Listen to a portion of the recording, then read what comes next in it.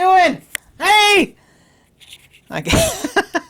I finally got some good sleep for the first time in a long time. Actually, I've been incredibly busy. I have a paid-for introduction that I'm making to a huge series of books. I don't want to say what the series of books are when I'm making this video, but it's great work. I've already been paid half, and get paid the remaining half when I'm done. I wanted to talk about, and I'm not, you could actually prepare and not consider yourself a prepper. And I've got nothing against preppers. It's that it kind of has a bad connotation, and it's 99% of the way due to how the media has presented it. They used to have a prepping show on TV. I think it was on the National Geographic Channel or something, and they found like the most cuckoo people they could possibly find. And, like, here's some lady with like or a guy with 10,000 pounds of, I've got nothing against it. They just find the fringe examples, because that is what entertains people. Finding like a logical, wise, intelligent, level-headed person that believes in being prepared, that doesn't make money. And of course that's how media works. They're always lying to you. Actually, before starting off on this video, Sam's Club just got this in. I've never seen it there before. I have a membership with Sam's Club. You can always tell fresh coconut oil versus the bad stuff is like yellowish and it has a slightly different odor to it. Of course, it depends on where it comes from, and there's a lot of different species of coconut, but real fresh coconut oil, not only the smell, which is blatantly obvious, it looks like liquid silver. They have this for this huge tub, and it is one ingredient only, organic virgin coconut oil. If you actually stick it in the refrigerator, keep it in a cool, dark place, it'll last 5+ years. But, whew, man, I can confirm this is the good stuff. I actually went back today to get 6 more of these. It's basically $10, $9.98 for that. I had to show you that. Coconut oil is incredibly important. Some of the most important things in life are dual use or triple use or triple intent. The best example I have in my life, and I have 100% track record on land, is my cabin. It's actually a gated community, and my buddy actually got the cabin just down from me, and of course I have a spring on the land and a cave on it and these big growth lumber, so I got unlimited heating supplies. It's relaxing to go down there. I've been meaning to get down there for weeks, literally, but I've been that busy. But I could sell it right now, not that I'm going to, for easily quadruple what I paid for it. So it's that use. It's an investment. It's relaxing to go there. You can sit there in your undies on the front porch on the rocking swing that's tied to the overhang of the cabin, and no one's going to see you. And I got solar panels there for power redundancy. It's just, and it's a perfect retreat zone. Everything is about redundancy. And well, not everything, but 80% of everything in prepping is about redundancies and backups, and of course having backup plans. Like, what if you get overwhelmed? You need to have a redundancy to your redundancy also. And I want to go over some important points. And I don't really watch other YouTube videos, believe it or not. I don't have like a favorite YouTube channel. I listen to classical music and whatnot, but I have availed myself to, over the years, like watching it. It's all, some of it, even the really logical stuff, there's just too much irrationality and nonsense in it, and they don't go over the key things that should be discussed. And then I don't like to hit the same thing twice that other people do, but they're not hitting the same things that I'm talking about in this video, about having backup plans. You need alternative retreat locations, and plan those out. Something that I've not heard anybody discuss on any video discussing prepping or backup is that it's no different than insurance. You got car insurance and house insurance in case something happens. You don't actually, if you don't have the money, have to buy a piece of land. And by the way, raw land takes care of itself. People are worried about it like it's a house or something. Well, nature takes care of itself. Raw land takes care of itself. But even if you can't afford the land, you actually make a contract with somebody as an insurance plan. Either a one-time payment and have a contract. You got to have Notaries sign it and a lawyer sign it saying, in case of an emergency that I need to retreat to this, I have the use, say a farmer. He doesn't care. I mean, it's perfect money for him. Make a contract with him that I have access to Farmer John's pond and or his spring, and then I can live until things calm down for X period of time, up to a year, up to 2 years. And until then, he has complete use of the land. I mean, I myself would be even interested in making those arrangements also. I have at my cabin farm / farm, I have 80 acres. I've already given a section of that to my close friend, which I'm going to see in the first week of October. I'm going down there and giving a lecture discussion on electroculture and water and magnetism and water and growth and whatnot. They're my friends, and I'll show you something that they sent me. It's very kind of, also fits in with prepping. But it's just like insurance. You're paying someone for a retreat location. You know, we all know that things are going to get dire. And things are already, this is about the most normal town in America, believe it or not. Lexington is. It's a college town. The economy has always been really good when things are bad in the rest of the United States. I'm seeing a lot of marks, things that are making, you know, my eyes open wide, that are even happening in this city. If they're happening here like that, then I know they're happening in dire places. I mean, I know they are because people tell me that in big cities in the United States. Have a bug-out bag. It took me over a year to collect this. I took the list from several Navy SEALs, and I compiled it, and I thought of some things that even they didn't have. Of course, a bug-out bag for a Navy SEAL and their intended op, for example, is different, but these are made by former Navy SEALs. Of course, once a Navy SEAL, always a Navy SEAL, too. If they have to retreat, I've got it right here. It literally took me over a year. Oh my God, it's quite heavy. Oh! Could you make your way to my cabin walking? Would it take 2 or 3 days to get there with this heavy bag? Yeah, but some of the things in here are consumable, but I've thought about this list endlessly. Here you can see it. I've got everything in the world in here. It's actually not too heavy, even though it looks like it. Would this slow me down? And even though I'm fat and out of shape, I could actually walk a lot, and I could actually pack this thing.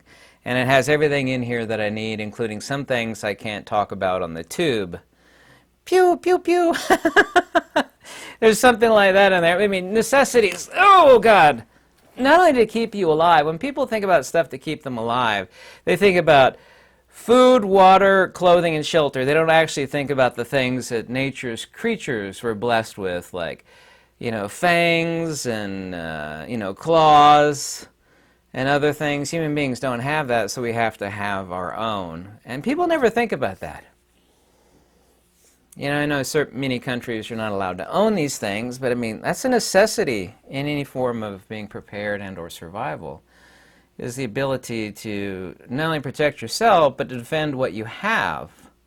But I can't really talk about that any further in this video for that obvious reason. By the way, my friend in Florida, her and her significant other are super awesome people, and just about a week or so ago, because I got back from Key West, they sent me this. It's beautiful. It turns out that this is a very valuable custom. It is just wonderful. I wish you could see it up close. It's actually made out of powdered stainless, and so it has a quasi or pseudo Damascus look to it. Yeah, I really thank her and her significant other for sending that to me. But retreat alternatives, like an insurance plan, a retreat alternative outside of the city if you live in one, to go to. If you can't afford land, and I know a lot of people can't, you only need, depending on the farmer John that you talk to, you know, a few $100s. Like, say if something hits, you know, that we can spend time until things calm down.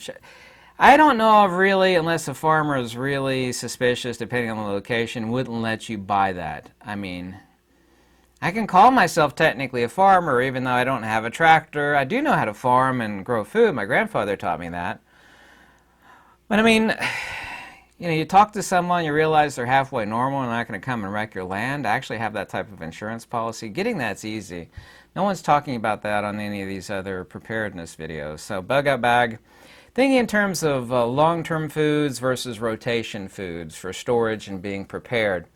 And people don't consider this either. And people will talk about, well, it's not holistic food. Well, quality survival food is not about what's most healthy, but what it is about keeping you alive, which is survival itself. This is caloric intake, and we're talking about long-term survival. Look into Mountain House meals. These things under a different packaging is actually sold to the military. They're literally good. Let's see, printed on the back, 30 years. I've tried nearly every flavor of Mountain House meal. 2 servings in every package, or 1 serving for a fat guy like me. They average, depending on the meal, between $9 and like $12. But they're good for 30 years. Longer than I'm going to be alive, longer probably than you're going to be alive. It itself is a form of money. And in a dire situation, it is absolutely itself a form of money. So long-term foods. There's other long-term foods. By the way, I have a list below. I'll put it at the top of the description for download. It's a 3-page list that I furrowed my brow over for a very long time. It's only 3 pages. It's really simple. Take a look at it. It's in the description below. Rotation foods. Foods that you know that you want to eat, but you're going to have to rotate them out. So you only buy X amount until you know you can consume X amount of this rotation food until the time it goes bad, so that you're constantly rotating it. Once you reach end of rotation, it means you can't get a hold of it anymore, and then you're stuck with your rotation food. Food accessories, that's also too in this list below. That involves salt and pepper and bouillon cubes and all these other things. But once again, survival quality food is about survival itself and caloric intake. It's not about how healthy it is. Believe it or not, even though I'm fat and out of shape, I'm all about eating healthy, but survival is survival. Yeah? Like when you're starving to death, even if you eat healthy, you'll be like, hey, I'll even eat a McDonald's Big Mac because there's absolutely nothing within 300 miles. I'm just starving. You eat what you necessarily want to eat. That might be not a great analogy, but anyway, pasta, rice, beans, and some other things that need to be stored in airtight containers. One thing a lot of these people talk about in preparedness, they don't talk about, is storage containers, airtight storage containers. One thing to look at is mil-spec surplus containers. I have one over here. It's actually an empty powder can, I think from just after World War II. They're basically indestructible. You could throw them off of a cliff. They're airtight, watertight. Repackaging certain foods is an absolute necessity, such as bulk beans and powdered milk, of course, to keep them airtight and out of humidity. I'll show you one of these. My friend down in Florida got a couple of these. They're actually called powder cans. Ooh, they come in a few different sizes. But here you can actually see, if I could actually do this. Take the lid off like that. It actually has a big, thick rubber O-ring there. You could stick anything in here. You could bury it. You could stick it and tie a rope to it and stick it, out of sight, out of mind, as the old saying goes. You can literally seal this up tight. Tighter you screw it, the tighter it gets. There we go. Throw this into a pond, tie a rope on it. They can't find it. They're like, well, my cabin doesn't have a lock on it, or, people could break in. The things that you don't want missing. Stick them in a container like this. Have a rope on it, obviously, so you could easily retrieve it. Toss it in a pond. Toss it, bury it. Other places that, nothing's going to get into this. A bear could gnaw on this, a grizzly bear, and the bear could throw it off a cliff. It's still going to be intact. These are called powder cans. They're a little hard to get right now. Once again, like my cabin and my land, dual use, triple use things. Like my land is a great investment. It's relaxing to go there. It is the absolute perfect prepping place, retreat place for when the poo hits the fan, if it hits the fan, right? I'm not a doom and gloomer, okay, but I do believe in being prepared. I always have. So that, my land slash cabin slash farm, is a quadruple use. And I put my money where my mouth is, actually, and many years ago. You really, and I have to say this, after what's happened over the past 3+ years, if you still are completely clueless that something's not going down, and I know exactly what's going down, because Herr Q-Tip wrote a nice big book about it. Evil people always tell you what they're going to do. All throughout history, James Bond made fun of this. Like the evil character in James Bond would capture him, James Bond, and he'd tell him everything he's planning on doing. It's because the great part, or the good part, the divine part inside of every living being is trying to cry out the great evils that the evil person, i.e. the psychophysical persona, wants to do. And what was it, Dr. Nose, the big fat guy, Goldfinger? He says, Bond says, you expect me to talk? And Goldfinger goes, no, Mr. Bond, I expect you to die. Evil people always tell you what they're going to do. You've had every road sign on Earth for the past many years. If you're really clueless after these several years of what was going on, you really had your head buried in the sand. So dual use and triple use prepping items, alcohol, the kind also too it's called tonsil varnish, white lightning, it goes by other names. It is itself has hundreds of uses, is a form of money in a dire situation. It cleans things, it does everything. Coconut oil. Like when I go and do work on the back porch, like I'll be cleaning up like one of these rusty cans or other like surplus items that I have. And a lot of them are really rusty. I got to get the rust off of it. And the skeeters are biting the heck out of me. I'll go in and slather some coconut oil on my legs and arms, and he'll stop biting. It keeps off the ticks. It keeps off the skeeters. That's what we call them in the South here, skeeters. It also, too, I'm really allergic to poison ivy. I walk on my farm in the backwoods, back trails on my farm.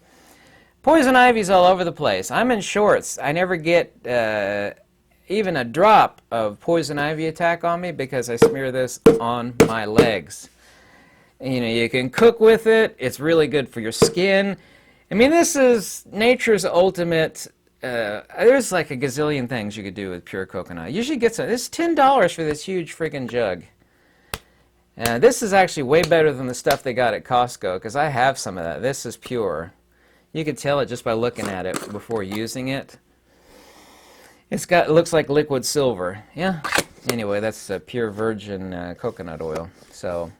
Dual and triple use items, coconut oil and alcohol and honey. Honey will purify water. It takes days. It has to be raw honey. It's better than Neosporin for a cut. It's food additive. It's the only food on earth, go look this up, that literally never, ever, ever, ever goes bad. Salt, kind of self-explanatory. Once again, the list is in the description below. Ultra compact foods. I should have brought some in. I got tons and tons of sprouting seeds. You know how much like a 1-pound bag of alfalfa sprout seeds, how much food that will make? All you have to do is add water and drain it out for several times a day for basically a week, week and a half. You have much food, 1-pound bag of sprouting seeds, alfalfa, like a lot. This is the definition of compact food. I love mung bean sprouts. That's another one. Those are my favorites. You pick your own sprouting seeds. Dry soups, the 30-year meals are super compact. They last 30 years. I love them. They're super tasty. You can say, well, they're not that healthy. It's about survival. High-end ramen. I love the stuff that's made in Taiwan. It's called Asha. I don't eat ramen. I don't buy ramen. Not that there's really anything wrong with ramen. It's called Asha. It's high-end ramen. They sell it at Costco like once or twice a year. Bouillon cubes. Nothing more compact and useful than that. Adding to soup, adding to hot water. I mean, what is better and more compact than bouillon cubes? Powdered drinks. Just take your pick. Powdered drinks. Powdered nut butter. You see that stuff? It looks like a can of dust. It's like $10. It's basically the size of that coconut oil can. It's powdered peanut butter. Ferrocerium rods. I've talked about those endlessly. First aid kits, most important thing to have is water filtration. Once again, I have to say it again, even though I talked about like 15 minutes ago. There's having something and there's keeping something. There's a reason why Fort Knox is full of gold. And people say, gold's not there anymore. Who cares? May or may not be. It's the reason why Fort Knox is surrounded by a gazillion tanks, the largest collection of advanced military tanks in the world. So here's having it, and then there's keeping it. The same thing applies to you as applies to Fort Knox. People, I've heard from many of you and other people, I got a bunch of gold, and it hits the fan, I'll stick it in my coat bag, or silver or platinum, and I said, how are you going to keep it? They're like, what? I said, how are you going to keep it? Someone sees one of them, they're going to know you're going to have more. They're just going to knock you over the head like, stupid pearl, that guy's got 1 ounce of gold. I'm going to pick up a rock and I'm going to, conk him and take the rest of what he got. So having it is one thing, keeping it is another. No one ever thinks about keeping it. They think about getting it, how to transport it. I'm going to stick it in this kind of bag and I'm going to retreat in my vehicle. How are you going to keep it? Oh, I never thought about that. That kind of blows my mind. It really, really does. Two really, really important things. There's some old guy, a hermit that they talked to. I've known this my whole life, too, by the way. He lives out in the deep woods. He basically lives off of nothing. He has no income. He has this home-built shack, but he's happy. And he says, what's the most important thing in your life to have? You think this guy would say wood or firewood or, I don't know, good food or something? He's like, no, it's fencing wire. The guy could take loose pieces of wood, twigs and sticks and dropped dead logs. All he needs is a bunch of fencing wire. You could tie everything together. You could build a decent place to live, actually, if you have fencing wire. They sell that at Lowe's. You can get big reels of it. Some of it's aluminum, some of it's steel. You just tie it around 2 or more things and you twist it and it's held together for the next 30 years. There you could build, I could literally build just about anything with fencing wire. The other thing is cordage, not paracord, it's called cordage. It's not partially hollow like paracord is, it's called cordage. I got cordage all over the place. There's some cordage over there. They can sell in 3mm, 5mm, 10mm, 12mm. You really want like the 6mm stuff, which will hold up anything. It has like 2,000 pounds breaking force, the 6mm does. Even the 3mm's got 500 pounds. So cordage and fencing wire. So food, water, and protection. Protection is really number one. Protection protects you, and it protects all the stuff that you got. The key ingredient in this go bag that took me a year to put together is something I can't show you, and that one thing protects the other things and myself. I'll let you figure out what that is. I'm sure it's not going to take too much imagination on your part to figure that out. Once again, I have a list in the description. Please check it out. It's a free download. It's only 3 pages long. I wrote it and rewrote it and rewrote it over and over and over again, so it's kind of undeniable, ironclad. People like a lot of prepping lists, but most prepping lists are extremely inadequate. They're missing storage containers. They're missing... The number one thing to do, of course, is shelter in place where you are. But if you have to retreat, having redundancy of things, but also two redundancies of places to take yourself and or your things. First, you can only take so much, depending on what sort of vehicle you have, if any vehicle at all. But you still need backup redundancy on a place to shelter. So, gold and silver protects inflation. To hold gold and silver without the protection of lead is something else. Because it was like this. When things get bad, it goes plastic, like credit cards. Then it goes paper, like paper money.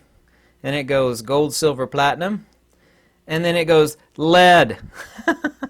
More dire it gets, you finally end in metals. There's 2 stages of metals, kind of like Defcon 2 and Defcon 1. Defcon 4 is plastic and paper, money. Defcon 3 is gold, silver, platinum. Defcon 2 is lead, and Defcon 1 is reserved for government. And that's a different kind of metals. That would be uranium and plutonium. That's Defcon 1. And that is literally actually Defcon 1. Uranium, plutonium. Defcon 2, lead. Paper, plastic. I mean gold, silver, platinum. And then Defcon 4. Or it's Defcon 5, actually. Defcon 5 would be altruistic trading, which hasn't existed for a really long time, like a true platonic society where there is no money and you're going to trade a loaf of bread for, something that somebody knitted, and, you got no need of gold, silver, platinum, or paper money or anything like that. It's just, everybody's just happy. Yeah, right. When's the last time you've seen that? You haven't seen it. Nobody on this earth has seen it. So... take this into consideration, too. Leave a comment of anything you think. And of course, I've left stuff out of here, not because I didn't know about it, because there's only so much you could say in 25 plus minutes. Only so much. Can't stick everything in there. The rest of the stuff was on the list. So tell me what you think. Love to hear back from you. Other people read your comments also, and you people help each other. And I read your comments also. I got to get back to writing that article because this week I've been so crazy busy it's not even funny. Lux et Veritas. Have a lovely week.